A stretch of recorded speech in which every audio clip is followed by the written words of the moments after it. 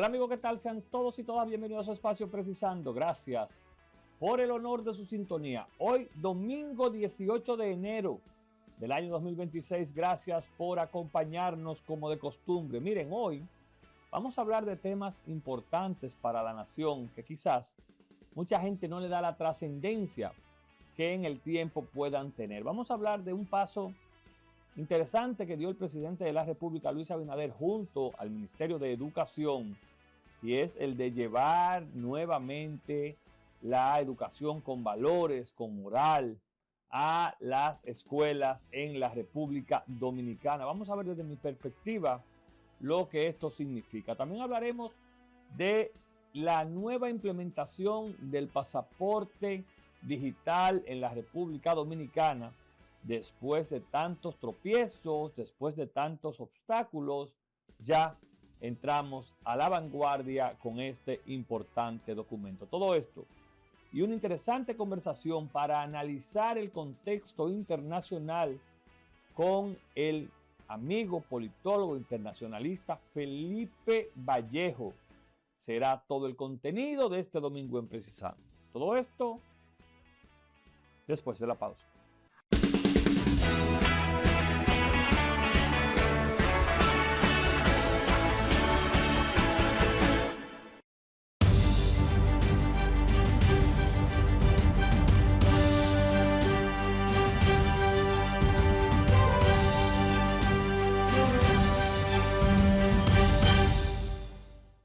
Gracias, amigos, por continuar con nosotros.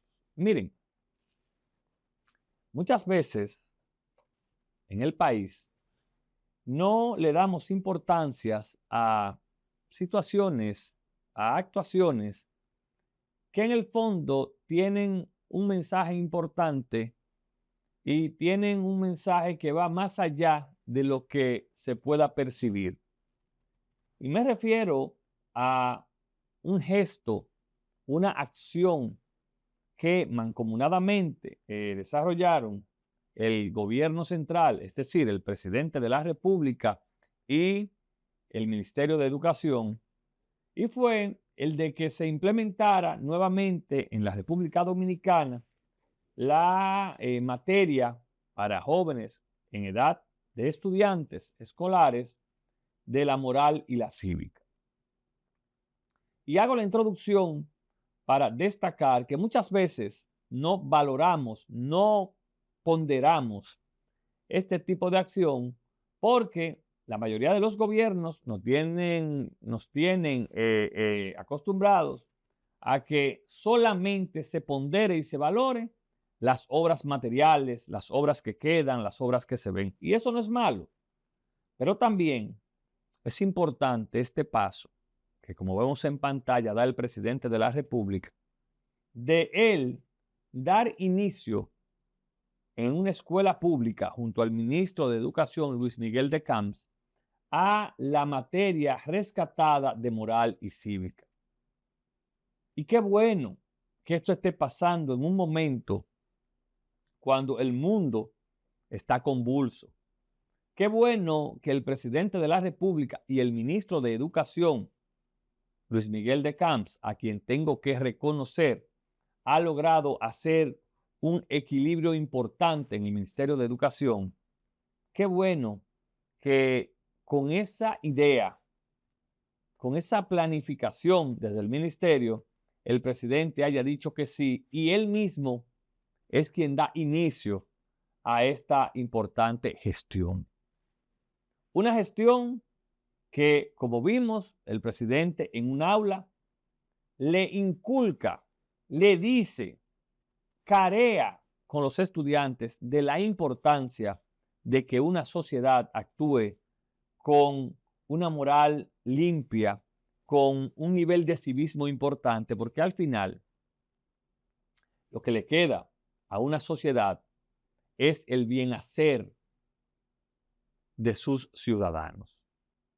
Y eso, sin lugar a dudas, es un paso trascendental para el mensaje que desde el gobierno central se quiere llevar a las familias dominicanas. Y esto yo espero que en su momento la oposición política, la sociedad civil, otros sectores se integren a ser partícipe del mismo. Y que no solamente se quede en las escuelas. Yo creo que esto hay que llevarlo a los clubes. Yo creo que esto hay que llevarlo a los partidos políticos, al empresariado, a las universidades. Pero el primer paso, que es lo más difícil, porque eso es como cuando el niño empieza a gatear y luego a caminar. Es lo más difícil. Ya ese pasito solo que usted ve que camina y bueno, ya y se soltó. De manera que ojalá nosotros como ciudadanos le demos la importancia que amerita y que repliquemos esa acción del presidente de la República. Y que ojalá el Ministerio de Educación continúe con esta buena práctica. ¿Por qué? Porque la edad importante para inculcar esos valores es esa que está tomando como referencia el Ministerio de Educación y su ministro Luis Miguel de Camps de la mano de la Presidencia de la República. Y que es un mensaje claro del presidente y de su gobierno de que hay que actuar con una transparencia y una moral intachable. Y que el ciudadano tiene que saber que quienes nos gobiernan y nos gobernarán ya están compelidos a continuar con esta buena práctica.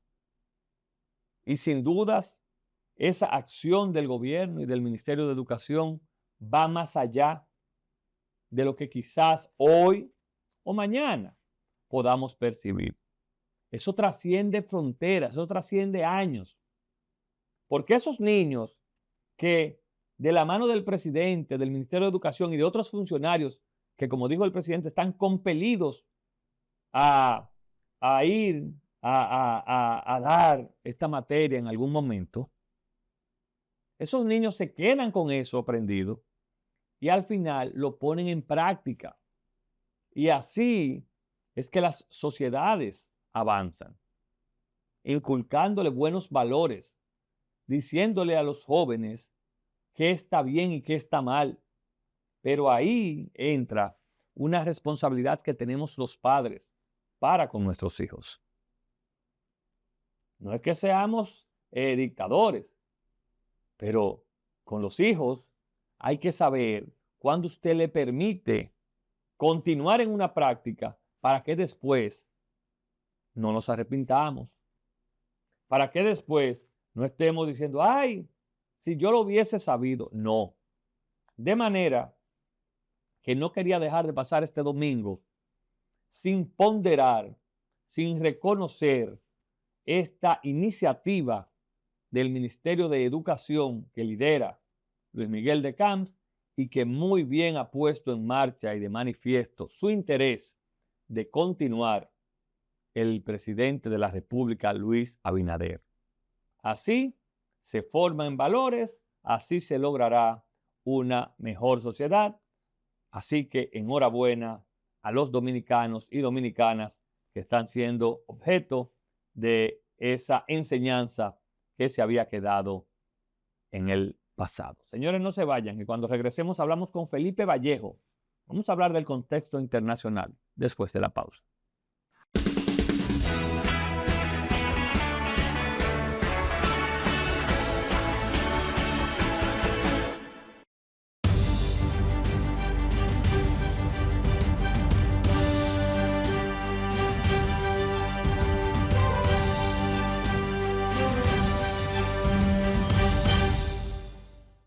Como habíamos anunciado, Felipe Vallejo, politólogo internacionalista, nos acompaña este domingo. Felipe, buenas noches. Buenas noches, gracias por invitarme. Feliz año, ¿cómo te fue de Muchas fin gracias. de año? Bien, bien, sin tregua, eso sí. Te vi con muchas actividades, muchas participaciones en programas. Cayéndote atrás, cayéndote atrás. Felipe, vamos a empezar por tu país, Chile. Pasaron las elecciones, ganó la derecha.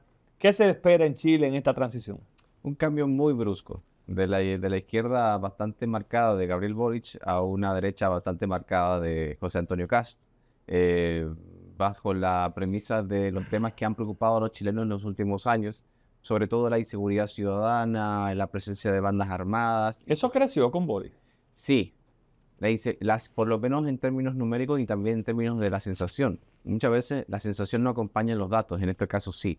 La inseguridad ciudadana es un tema realmente preocupante, acompañado además del tema económico. Por ende, la campaña versó mucho sobre, para bien o para mal, de la presencia de migrantes en condición irregular, porque una persona de un país X lo asocia inmediatamente a la presencia de bandas criminales y demás. ¿Cuáles puntos positivos podemos señalar de la gestión de Boris? Veo que te ríes como pensándolo, pero algo positivo tiene que tener. Claro, todo tiene su lado bueno. La verdad es que las expectativas eran tan altas que Boric llega como el presidente uno de los presidentes más jóvenes de la historia de Chile, uno de los presidentes más votados de la historia, con las expectativas enormes de hacer una coalición de partidos de izquierda y de centro que de alguna manera aglutinara todo ese colectivo para responder a demandas importantes. Si te diría 3 o 4 reformas importantes que hizo. Una, reducir la jornada laboral a 40 horas semanales. Eso fue una negociación dura con los empresarios, con el mercado laboral. 2, la reforma de pensiones. La reforma de pensiones fue importante porque garantizó lo que se llama la pensión mínima garantizada. Pero Chile siempre ha sido un pionero en el sistema de pensión. Sí, pero hubo realmente el sistema casi cae en una situación crítica en el año 2019, cuando estallan las protestas. Ahí entonces la gente pedía el fin de las AFP, todo el tema de que el Estado se hiciera cargo completamente de las pensiones. Que volviesen al sistema anterior. Correcto. Entonces Boric en campaña lo prometió, pero después se dio cuenta que era mejor un sistema mixto, donde las AFP tuvieran un rol, pero también el Estado tuviera un rol más importante como supervisor. Y en sentido de la economía, Felipe, ¿cómo manejó Boris la economía? Porque Sí. recordar que Boris, muchacho joven, viene del sistema estudiantil, ¿no? Claro, la verdad es que en ese sentido comenzó bien, porque de hecho nombró como ministro de Hacienda al que era gobernador del Banco Central en el gobierno anterior, que era un gobierno de derecha, hablando un poco de continuidad de Estado, pero después se descarriló por el hecho de que es muy difícil mantener a una colectividad como el Partido Comunista y a un partido de centro contentos al mismo tiempo. Felipe, ¿qué pasa? Porque vemos que Boris, independientemente de su ideología de izquierda, era un fuerte crítico de Maduro. Sí, porque Maduro no es de izquierda. Lo que Maduro es de Maduro. De Maduro. Es el chavismo, eso no es de izquierda. Eso es lo primero. Ellos se venden como los revolucionarios y realmente la única revolución era una involución total de Venezuela, un descalabro completo a nivel social y económico. Finalmente, ¿qué vislumbra el futuro para Chile con el nuevo presidente? Un giro brusco a la derecha, un país mucho más alineado a los intereses de los Estados Unidos, un país mucho más alineado a los intereses de Donald Trump. Vamos a ver cuestiones muy similares, como por ejemplo lo que estamos viendo en Estados Unidos con esas redadas de los agentes migratorios. Kast ha dicho, el presidente electo, cada vez que tiene la oportunidad de que, conforme se acerca el 11 de marzo, les advierte a las personas indocumentadas o personas... Hay muchos haitianos en Chile. Sí, hay comunidad importante de haitianos. La verdadera tensión hoy en día es con la comunidad venezolana, por un tema de presencia, porque en los últimos años ha crecido mucho su presencia a nivel migratorio y eso obviamente ha traído ciertas tensiones. Felipe, siguen las tensiones a nivel internacional. El presidente Donald Trump continúa con sus amenazas. Ahora enfoca sus cañones a Irán. Cuéntanos un poco, Irán, Estados Unidos, hubo una reunión la semana pasada. ¿Qué pasó? Bueno, lo de Irán realmente es terrible. Ahí hay yo no sé por qué no lo hemos catalogado como lo que es. Es una crisis incluso con tintes de ser una masacre. Solo en unas 200 muertos en 2 días. 2.000 muertos. Wow. 2.000 muertos.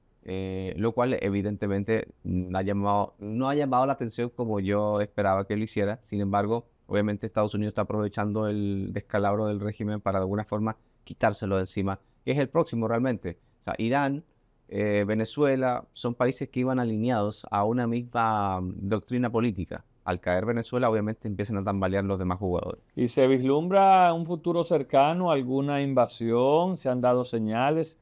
¿Por dónde tú crees que se va a descarrilar por completo el régimen de Irán? ¿Las protestas o alguna ayuda internacional? Las protestas con intervención extranjera de manera indirecta, apelando a lo que pudiéramos decir como una implosión, porque de ahí hablar de una invasión militar, un país Que tiene bombas nucleares. y tiene una fuerza militar importante, con lo cual, por ejemplo, ni siquiera Israel pudiera tener una confrontación bélica de tú a tú, porque Irán es mucho más grande, más importante, más imponente económicamente. Creo que sería muy cuesta arriba pensar en una invasión militar. Pero entonces pudiese darse una negociación. Es lo que ha llamado Trump. Ya vemos, vengan a hablar, porque si No, no, nadie quiere ir a hablar. no, es que no, es que esos son completamente antagonistas. Es completamente antagonista. Si Venezuela era difícil de sentar a la mesa, te puedo decir que Irán es el triplemente difícil. Vamos a ir a Venezuela, que es el tema que aunque ya fue hace unas semanas, sigue en boga. Reuniones en Casa Blanca de María Corina con Trump. Trump descalifica a María Corina. Venezuela hoy, con Delcy encargada del Poder Ejecutivo. ¿Cuáles son los puntos importantes que Felipe Vallejo, el internacionalista, ha podido identificar para que ella esté un poco alineada a los Estados Unidos? Bueno, básicamente es, si no cooperas, te espera algo peor que Nicolás Maduro. Y ya Estados Unidos demostró que puede entrar por la puerta de atrás del Palacio de Gobierno de Venezuela y sacar por la fuerza al autoproclamado presidente. Por ende, ha demostrado con creces que tiene la capacidad militar de hacerlo. Y eso los actuales gobernantes de Venezuela lo saben. Y de hecho, mencionas a María Corina. Evidentemente, la gente esperaba que se le pasara el poder a Edmundo González. Yo realmente no. Bueno, hay gente que lo pensaba. ¿Qué tú opinas? ¿Fue estratégico de Trump esta transición? Fue completamente acertado. Fue completamente acertado iniciar una transición lo más suave posible, porque tienes que pensar que estamos hablando de un régimen que tiene más de 25 años y tiene Con la milicia completa. tiene raíces completas o muy... hay ramificaciones en el ámbito militar, en el ámbito legislativo, en el ámbito En la legal, sociedad. en la sociedad como tal. Entonces, sacarlo de raíz iba a tener repercusiones mucho mayores. ¿Y en las manos de quién iba a quedar ese fracaso? En los Estados Unidos. Por ende, había que sacar a Maduro para dar un golpe de efecto y negociar con el régimen chavista. Cuando dice Trump que ellos siguen en Venezuela, ¿a qué él se refiere? Que están gobernando Venezuela, que están manejándolo. Ellos son los... el chavismo sigue al mando, pero... Es la cara. pero en el margen que Trump permite. Porque obviamente hay un tema de petróleo, pero eso va a durar 1 año y medio por lo bajo, de estabilización del aparato productivo petrolero venezolano. Luego hablemos de elecciones. ¿De elecciones qué? Si ya acabamos de pasar elecciones legislativas y acaba de asumir recién el nuevo Congreso. Por ende, la situación va a ser muy lenta, muy pausada. Venezuela va a entrar y salir del ciclo noticioso hasta que veamos cambios reales. Pero Felipe, hay algo que no se entiende mucho. Y es que si tú no me reconoces a un presidente, porque Estados Unidos no reconoció la presidencia de Maduro, ¿cómo tú sí me reconoces a la vicepresidencia? Porque el Congreso juramentó a Delcy como presidenta interina. Y al momento de hacerlo, Estados Unidos entiende o establece esa negociación con ella como de facto. Sí, pero lo que se entiende es que Estados Unidos no puede implementar una ley en algo que no existe, porque si tú me dices a mí que Maduro no es presidente legítimo, por ende su vicepresidenta tampoco lo es. Correcto, pero al momento de que el Congreso Nacional, la Asamblea Legislativa, que es unicameral en Venezuela, juramenta a esta señora, Delcy Rodríguez, como la presidenta interina, Estados Unidos reconoce a la presidenta interina, no así anteriormente como hubiese reconocido la vicepresidenta. ¿Tú crees que ya Delcy, Diosdado, ¿cómo se llama? El señor de Padrino. Padrino, el mismo Rodríguez del Congreso, El hermano de Delcy. están trabajando ya con un Maduro totalmente fuera del escenario? ¿O tú entiendes que todavía ellos lo tienen como un mecanismo de negociación? No, de hecho, con la rapidez con la que todo siguió adelante en el gobierno de Venezuela, evidentemente fue con la complicidad del gobierno de Venezuela. O ¿Sí? por lo menos con la permisividad del gobierno de Venezuela, el hecho de que Maduro haya caído. Ya todo siguió adelante. ¿Cómo es posible? Como que nadie no... Lo que pasa es que ha pasado tantas cosas que no nos detenemos a analizarlo. Pero piensa por un segundo, Luis, que entra a Estados Unidos, te saca a tu presidente que tú consideras que es el presidente legítimo, y a las 2 horas estás negociando con el gobierno que irrumpió militarmente en tu país para quitarlo. Ahí tú no dijiste que puede ser miedo. Bueno, evidentemente hay una cuestión de consecuencias ahí y hay un tema de supervivencia política también. Entonces, obviamente que esas circunstancias obligan a negociar. Felipe, hay elementos que uno desde aquí, desde fuera, ¿no? Lo veía como entes importantes en esta captura contra Maduro y que pudiesen haber sido objeto de lo mismo, Diosdado Cabello, Padrino. ¿Qué pasa? ¿Es lo mismo? El poder que tiene Diosdado influyó. No, lo que influyó fue la continuidad de un régimen que tiene que aceptar las condiciones de un país extranjero para iniciar una transición irreversible, aunque lenta.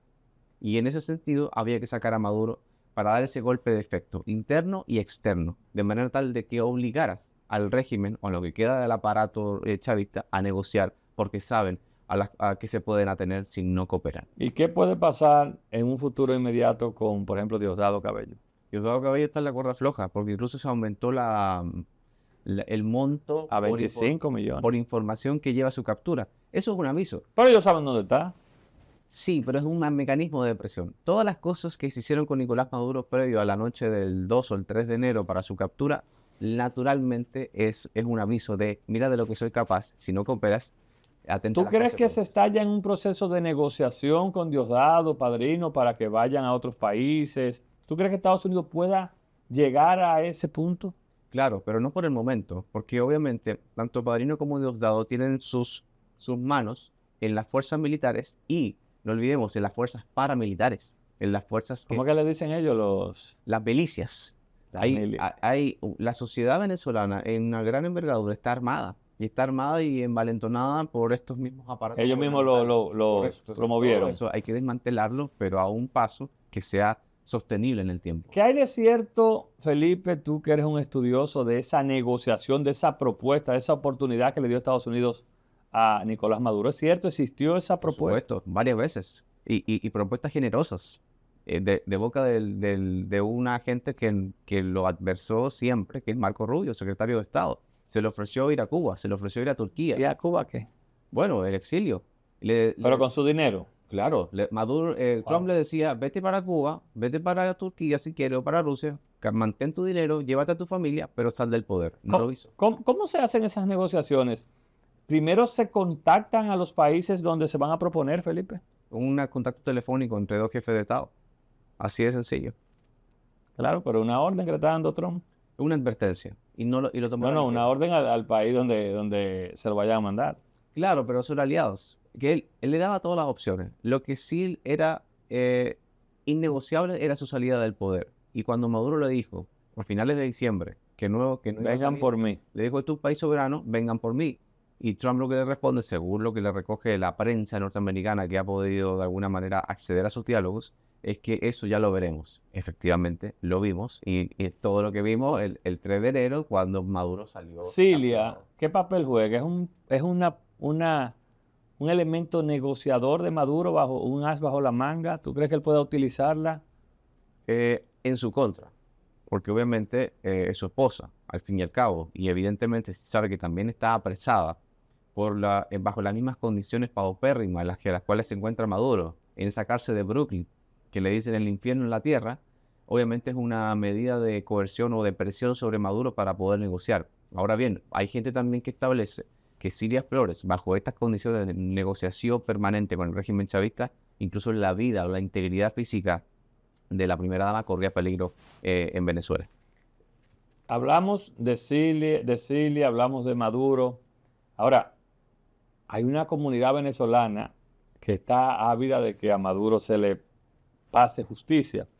¿Tú crees que ciertamente Maduro cumplirá el tiempo que puede llevar la sentencia, ¿verdad?, de lo que se le acusa, a raíz de que se le ha quitado el término de cabecilla del cartel de los soles? De los soles. ¿Por qué? Yo pienso que eso obviamente es primero porque hay que establecer la legalidad o la existencia real de ese cártel. A mí no me consta que ese cártel exista. Yo creo tampoco, no. Yo creo que eso fue una excusa de Estados Unidos. Es una narrativa política y por ende eso habla de que ahí están preparando algún tipo de expediente mucho más sólido y sustentable.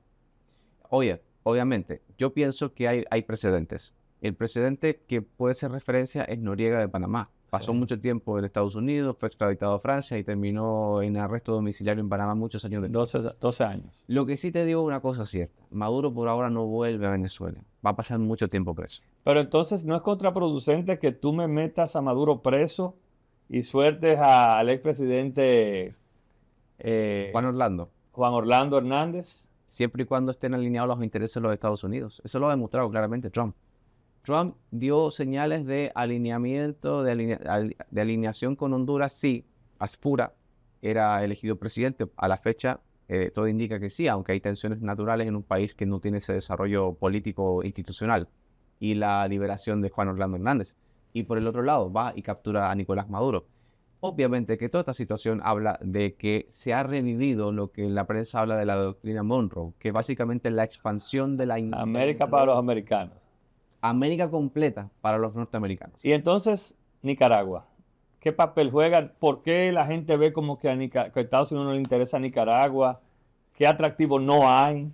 Por el momento, políticamente, quizás no es tan atractivo como pudo serlo en este momento Venezuela. También está presionando a Cuba ya para negociar. Porque, perdóname, en el caso de Nicaragua nunca se le ha acusado que se roban las elecciones, Bueno, no directamente, pero Estados Unidos no reconoce ese régimen. Entonces, eso obviamente, ya saben los regímenes que no son reconocidos que pueden ser los próximos. Y Cuba. Cuba ya es no quiero decir capricho, pero es una meta personal incluso del secretario de Estado. Marco Rubio. Claro, un tipo que viene de Cuba. Tiene algo ahí pendiente con los cubanos y tiene el oído del presidente de los Estados Unidos. Pero es más fácil Cuba que Venezuela. Es un tema ya casi histórico, porque acuérdate que Estados Unidos trató de invadir por la vía militar y fracasó en la Bahía de los Cochinos. Pero se ha ido quedando con pedacitos porque tiene Guantánamo ahí. Guantánamo, claro, pero eso lo tiene en muchos lados. Dicen que Trump puede ir que Maduro puede terminar en Guantánamo. Pudiera ser, y sería territorio norteamericano. Para que esté cerquita de Cuba. Bueno, para que sienta el calorcito del Caribe. Pero los cubanos, si yo fuera el presidente de Cuba, como dijo Marco negocias, Rubio, estaría preocupado, estaría muy preocupado. ¿Por qué? Porque ya Trump y Marco Rubio le pusieron el ojo. Pero se habla de que Venezuela, Estados Unidos le puso un interés marcado por lo propio dicho por Trump, que viene petróleo, que vamos a manejar. Pero, ¿qué puede haber en Cuba y en Nicaragua que le interese a Estados Unidos? Básicamente, como lo que estaba pasando en Panamá, que hay una presencia importante de unidades rusas, de inversiones rusas y chinas. Okay. Lo que a Trump le molesta es que los chinos y los rusos estén metidos de cabeza en esos países. Y lo que él necesita es que salgan, o su agenda es salgan de aquí, o los saco. Este es mi patio, o los saco, y voy a poner a gobiernos que estén alineados a mis intereses. Pero en el caso de Cuba, la reestructuración sería mayor, porque Venezuela cuenta con esos recursos, ¿verdad? Minerales y demás. Cuba no cuenta con nada. Claro, y de hecho, Cuba vive de Venezuela. Al cortar, se va a ahogar. Le cortaste el agua, obviamente Cuba va a morir de sed. Entonces no puede verse como un relajo cuando dijo Trump, Marco Rubio sería un buen presidente de Cuba. Hay que leerlo siempre entre líneas, porque él se ha autoproclamado presidente de Venezuela. Exacto. Entonces, ¿qué te está diciendo con que Marco Rubio sería un buen presidente de Cuba?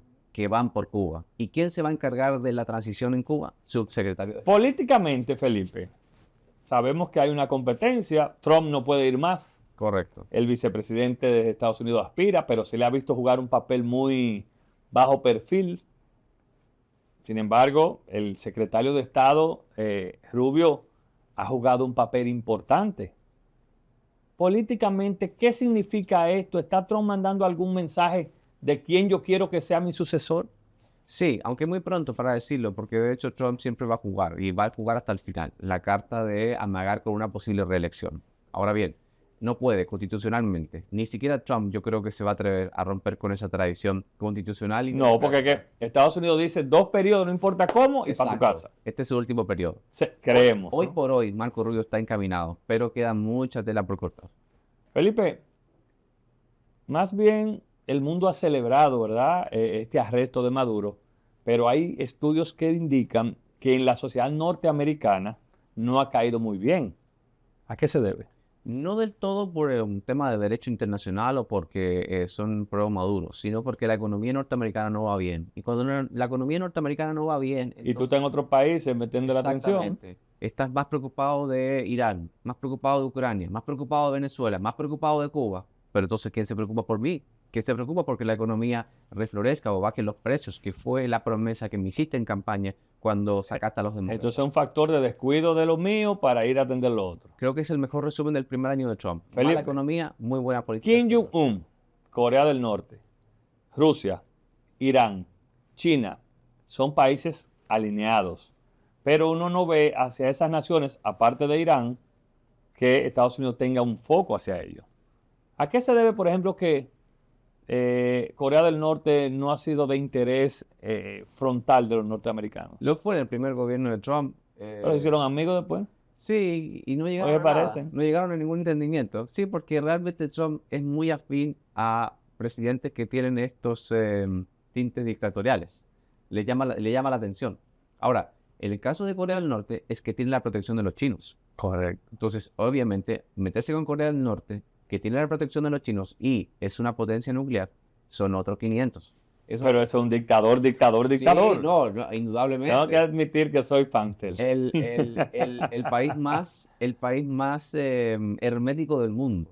El país con es como la España de Franco Eso me dicen. del Tú siglo no puedes que siglo pelarte XXI. igual que Kim Jong-un.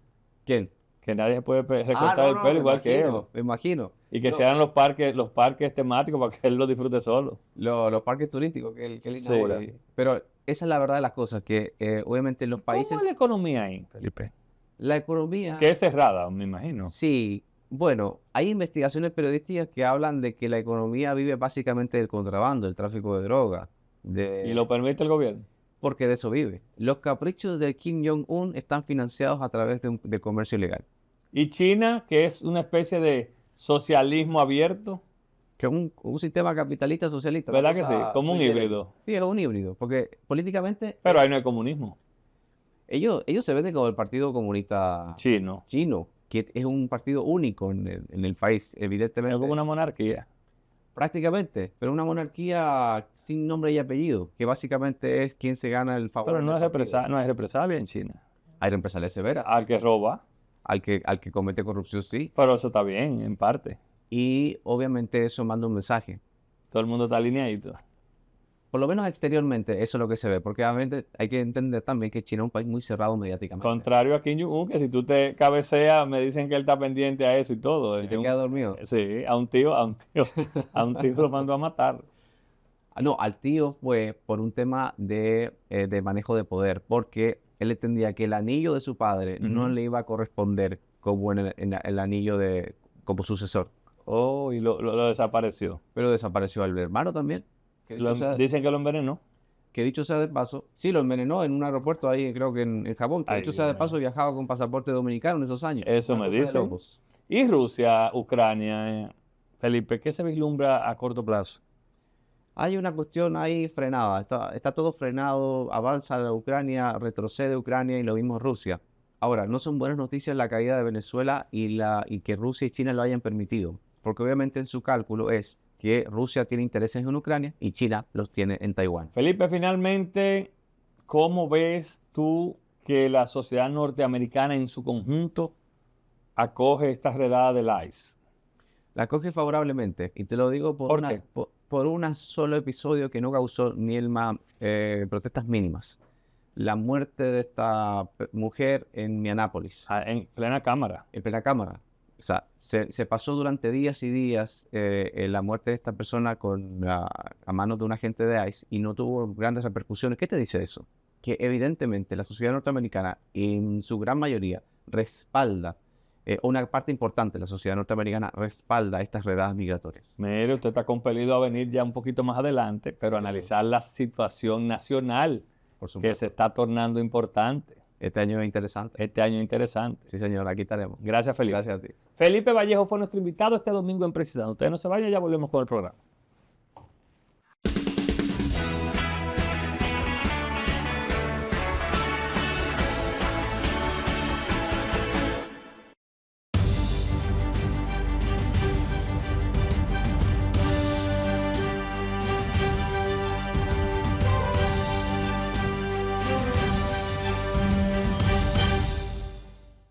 Interesante la conversación con Felipe Vallejo, de cómo anda el mundo, cómo se torna el mundo en estos momentos. Miren,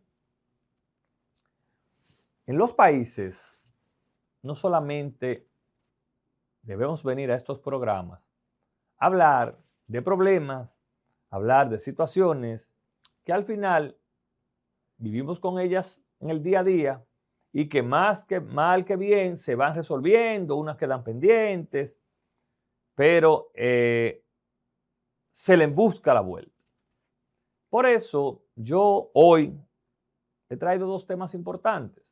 El primero, de la implementación de la moral y cívica, y ahora quiero hablar un poquito de la implementación por fin del pasaporte digital en la República Dominicana, encabezado por el director general de pasaporte, el buen amigo Lorenzo Ramírez, que a su vez realizó un evento bonito donde se le otorgó al presidente de la República, Luis Abinader, a la primera dama, Raquel Arbaje, los dos primeros pasaportes digitales emitidos en la República Dominicana. Y me da mucha alegría porque si un proceso fue atropellante en su momento, fue cuestionado en su momento, fue la implementación de ese importante documento de viajes. Y que este gobierno, a raíz de la designación de una persona que conoce de procesos, como es Lorenzo Ramírez, tomó la decisión de implementarlo, dio las explicaciones necesarias del por qué y ya hoy, 18 de enero, hay personas que cuentan con este importante documento de manera digital, aprobado por los distintos países y que nos coloca en una importante posición porque dejamos atrás el otrora pasaporte análogo que cuando viajábamos, ustedes se daban cuenta, muchas veces miraban a uno de reojo y decían, pero todavía en ese país cuentan con este pasaporte. Sí, y seguiremos contando porque como bien detalló Lorenzo Ramírez, habrá un híbrido, porque los que tenemos vigencia en el pasaporte viejo, es decir, en el pasaporte análogo, no podemos sustituirlo por el nuevo. Y es lógico, ya hay que agotar ese proceso, pero lo importante, y vuelvo al inicio de lo que les dije, es que se inició de manera positiva la transformación cultural del pasaporte análogo al pasaporte digital. Un pasaporte que cuenta con unas ciento y tantas medidas de seguridad. Es decir, es un pasaporte avalado por países desarrollados que nos darán a nosotros mayores facilidades al momento de ingresar a otras naciones. Pero voy más allá.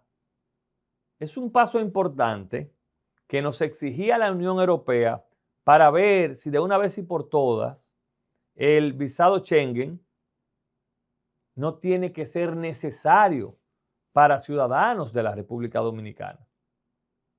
¿Por qué? Porque contamos ahora con un documento con las normativas de seguridad que exigen esas naciones. Porque contamos ahora con un documento menos vulnerable a su falsificación. Y eso es todo.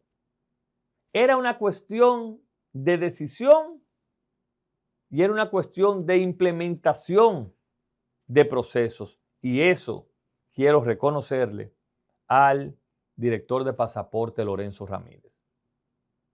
Cuando se quiere implementar algo en la República Dominicana, se logra.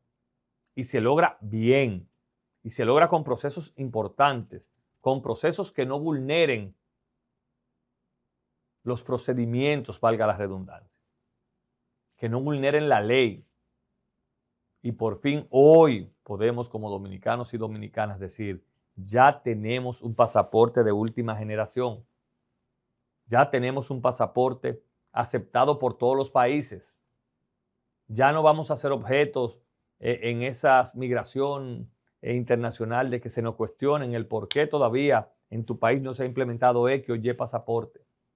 Y eso es parte del avance como sociedad que debemos celebrar, como vamos a celebrar lo de la nueva cédula, que tengo entendido próximamente se le dará la primera al número 1 dentro de los ciudadanos, que es el presidente de la República.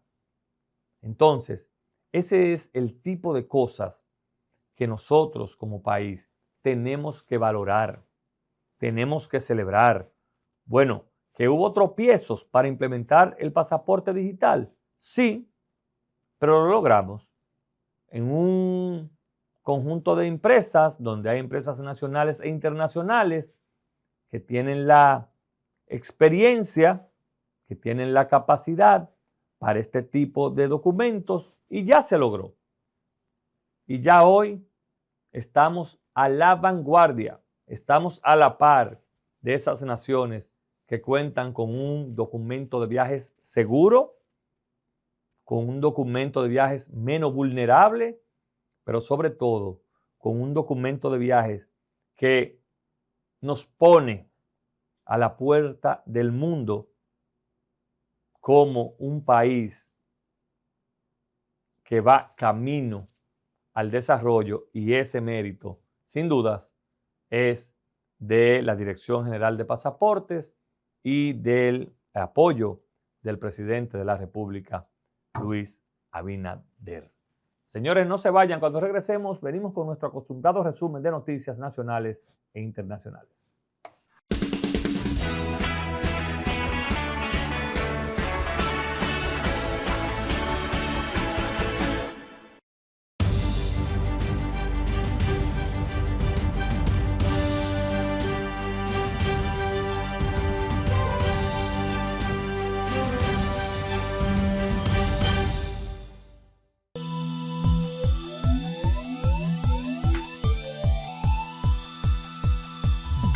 El presidente Luis Abinader realizó el procedimiento de captura de datos biométricos para obtener el nuevo pasaporte electrónico dominicano, convirtiéndose en el primer ciudadano en recibir dicho documento. El nuevo documento de viaje incorpora 3 niveles de seguridad de última generación, una distinción que poseen menos de 40 países de los más de 160 que emiten pasaportes biométricos en el mundo. Incluye tecnología y avanzadas medidas de seguridad biométrica, como un chip electrónico que almacena datos biométricos del titular, como el rostro, huellas dactilares y firma digital. Las autoridades ampliaron perímetro de búsqueda de la menor de 3 años Bianca Genao Rosario y reforzaron el acordamiento policial y militar en la comunidad de Barrero, en Puerto Plata, donde participan agentes del Buró Federal de Investigaciones de los Estados Unidos como parte de los operativos para dar con su paradero, tras más de 14 días sin resultados positivos. Los agentes estadounidenses permanecen integrados dentro del perímetro de seguridad junto a unidades caninas especializadas del FBI y de la Oficina Internacional de Asuntos Antinarcóticos de la Procuraduría de Justicia, adscrita a la Embajada de los Estados Unidos con el objetivo de fortalecer las labores de rastreo mediante técnicas avanzadas de localización. El presidente de Estados Unidos, Donald Trump, recibió este jueves en la Casa Blanca a la líder opositora venezolana y Premio Nobel de la Paz, María Corina Machado, en un almuerzo a puerta cerrada en la Casa Blanca sobre la situación de Venezuela tras la captura de Nicolás Maduro durante una operación militar estadounidense a comienzos de enero. Según la agenda oficial del mandatario estadounidense, el encuentro se celebró en Washington en un comedor privado del complejo presidencial, sin acceso para la prensa. La cita marca el primer encuentro entre Donald Trump y Machado. Anteriormente, la líder venezolana se había reunido con el Papa en Roma.